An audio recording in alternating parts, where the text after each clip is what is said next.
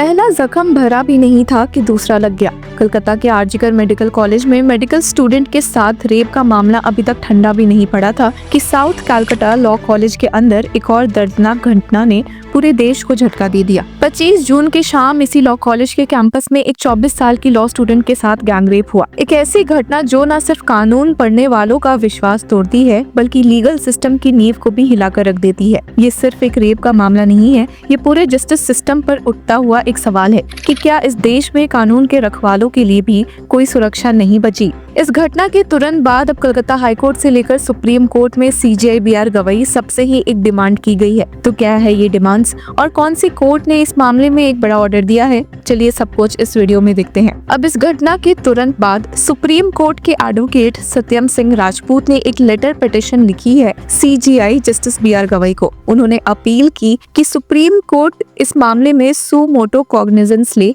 और एक court monitored CBI investigation का आदेश दे। एडवोकेट का कहना है कि बिना किसी पॉलिटिकल इंटरफेरेंस के एक इंडिपेंडेंट और फेयर इन्वेस्टिगेशन होनी चाहिए और ये मांग सिर्फ न्याय के लिए नहीं है, ये मांग है कॉन्स्टिट्यूशन के आर्टिकल 14, 19 और 21 के तहत विक्टिम के बेसिक राइट्स की रक्षा की।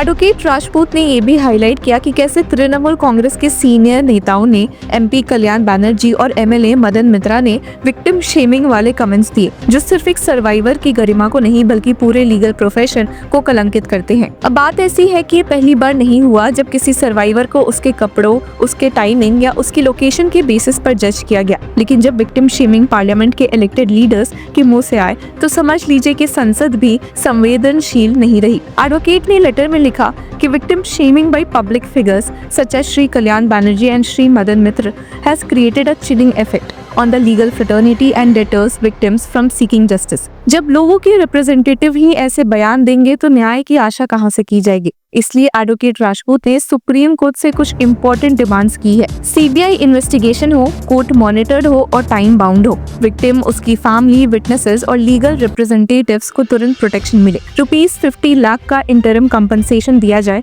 Medical expenses, rehabilitation and legal cost के लिए। एजुकेशनल इंस्टीट्यूशंस में mandatory CCTV, women safety cells और रेगुलर सिक्योरिटी ऑडिट्स कंपलसरी की जाए। विक्टिम ब्लेमिंग नेताओं पर स्ट्रिक्ट एक्शन लिया जाए। अपराजिता बिल को तुरंत लागू किया जाए जो वेस्ट बंगाल में सेक्सुअल ऑफेंसेस के खिलाफ एक सख्त कानून लाने की बात करता है। अब ये तो बात हुई सुप्रीम कोर्ट की और अब इसी मामले में मंडे को कलकत्ता हाई कोर्ट में 3 पब्लिक इंटरेस्ट लिटिगेशंस फाइल की गई है और थर्सडे यानी कि 3 जुलाई को सुनवाई होने वाली है। पब्लिक इंटरेस्ट लिटिगेशंस में ये मांगा गया है कि एक रिटायर्ड जज के अंडर इन्वेस्टिगेशन हो, सभी कॉलेजेस में सिक्योरिटी का ऑडिट हो, सेक्सुअल हरासमेंट एक्ट और UGC सेफ्टी गाइडलाइंस का प्रॉपर इम्प्लीमेंटेशन हो, पीसफुल प्रोटेस्टर्स के अगेंस्ट पुलिस एक्शन का जवाब दिया जाए और सबसे जरूरी विटनेस प्रोटेक्शन और एविडेंस प्रिजर्वेशन के लिए इंटरिम डायरेक्शंस जारी की जाए। अब सुप्रीम कोर्ट की लेटर पिटिशन की बात वापस से करें तो उसमें एडवोकेट ने आरजीकर मेडिकल कॉलेज का भी जिक्र किया जहां ऐसे ही एक पहले केस में भी स्टूडेंट्स के साथ हिंसा हुई थी।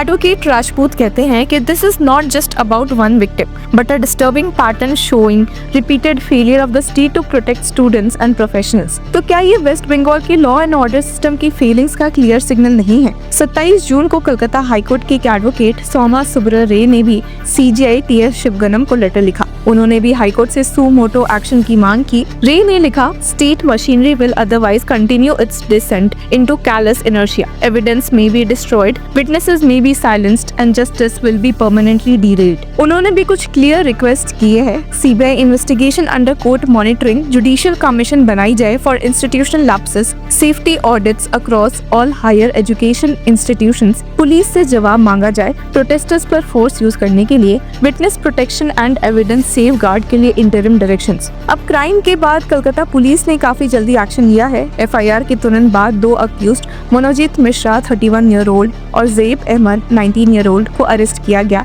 तिलबागन के पास। तीसरा अक्यूज्ड प्रमित मुखोपाध्याय 20 ईयर्स ओल्ड भी उसी रात अपने घर से पकड़ा गया। तीनों के मोबाइल फोन सीज किए गए और फोरेंसिक टीम ने क्राइम सीन सिक्योर किया। लेकिन एडवोकेट राजपूत और कई और लोगों का कहना है कि quick arrest don't mean justice has prevailed. जब तक इन्वेस्टिगेशन इन्वेस्टिगेशन इंडिपेंडेंट नहीं होती और विक्टिम प्रोटेक्टेड गारंटी नहीं होता, तब तक ये अरेस्ट सिर्फ एक इनिशियल स्टेप है, जस्टिस नहीं। इसी के साथ आपको बता दे कि अ 4-member fact finding team from the BJP comprising Union Minister Satpal Singh and Meenakshi Lekhi along with members of Parliament Biplab Kumar Deb and Manan Kumar Mishra arrived in Kolkata on Monday, June 30 to look into the case। इस मामले में media से बात करते हुए BJP leader Meenakshi Lekhi ने क्या कहा है, चलिए देख लेते हैं।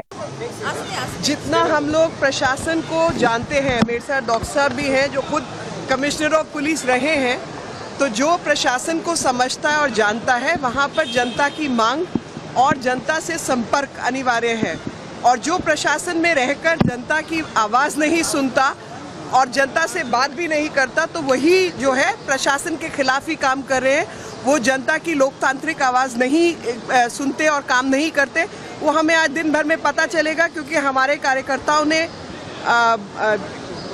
कमिश्नर ऑफ पुलिस और चीफ सेक्रेटरी और जो कॉलेज की अथॉरिटीज़ हैं उन सबसे समय मांगा है बातचीत करने के लिए और समझने के लिए कि क्या कार्रवाई हुई और कहां तक पहुंचे हैं।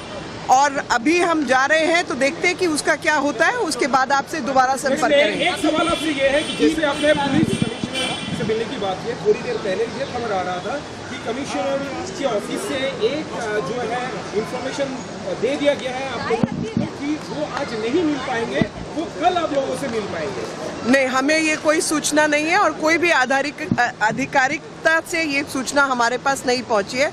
हमारे सब कार्यकर्ता जो है वो यहाँ पर हैं और जैसा होगा हम आपको बताएंगे, पहली चीज़। दूसरी चीज़, एक ऐसा प्रशासन जिसने लगातार, आप बार बार देखिए, बार बार महिलाओं के साथ इस प्रकार का व्यवहार हो रहा है, जहाँ पर एक महिला मुख्यमंत्री है। और अगर प्रशासन को हमारे जैसे लोगों से मिलने का समय नहीं है, तो वो लोग क्या कर रहे हैं ये हमको नहीं मालूम, हम आके पता करना चाहते हैं। अभी बताएंगे आपको। अब सैटरडे को विक्टिम के स्टेटमेंट अलीपुर कोर्ट में सेक्शन 183 ऑफ BNSS के तहत रिकॉर्ड भी किए गए हैं। विक्टिम के पेरेंट्स ने भी स्टेटमेंट देने की इच्छा जताई है, जिसका प्रोसेस शुरू हो चुका है। पुलिस कोर्ट से कस्टडी रिमांड मांग चुकी है ताकि इन्वेस्टिगेशन थरो हो। ये केस सिर्फ एक गैंगरेप का नहीं है, ये एक वेकअप कॉल है पूरे लीगल सिस्टम के लिए। एडवोकेट राजपूत ने अपने लेटर में लिखा कि this petition aims not just for justice to the victim but for restoring public faith in India's justice delivery system. जब एक लॉ कॉलेज के कैंपस ही सेफ नहीं, तो बाकी देश की गर्ल स्टूडेंट कहाँ जाएंगी। जब विक्टिम को शेम किया जाए इंस्टेड ऑफ सपोर्ट, तो सिस्टम किस तरफ जा रहा है। अब CJI BR गवई के सामने एक moral, legal and constitutional responsibility है। क्या सुप्रीम कोर्ट सू मोटो कॉग्निजेंस लेगा? क्या हाई कोर्ट को CBI इंक्वायरी मॉनिटर करने का ऑर्डर दिया जाएगा? क्या विक्टिम और उसके परिवार को मिल पाएगा सिक्योरिटी एंड कंपनसेशन? और सबसे बड़ा सवाल, क्या हम एज अ नेशन एक रेप सर्वाइवर को सपोर्ट देने की मैच्योरिटी दिखा पाएंगे, या फिर हमेशा की तरह सिस्टम को साइलेंट दिखते रहेंगे? न्याय की आंखों पर पट्टी होती है लेकिन दिल नहीं। अब वक्त आ गया है कि सिस्टम का दिल धड़कना शुरू करे। तो व्यूअर्स, आपकी क्या राय है, हमें कमेंट सेक्शन में जरूर बताएं और तब तक के लिए कीप फॉलोइंग लॉ चक्रा।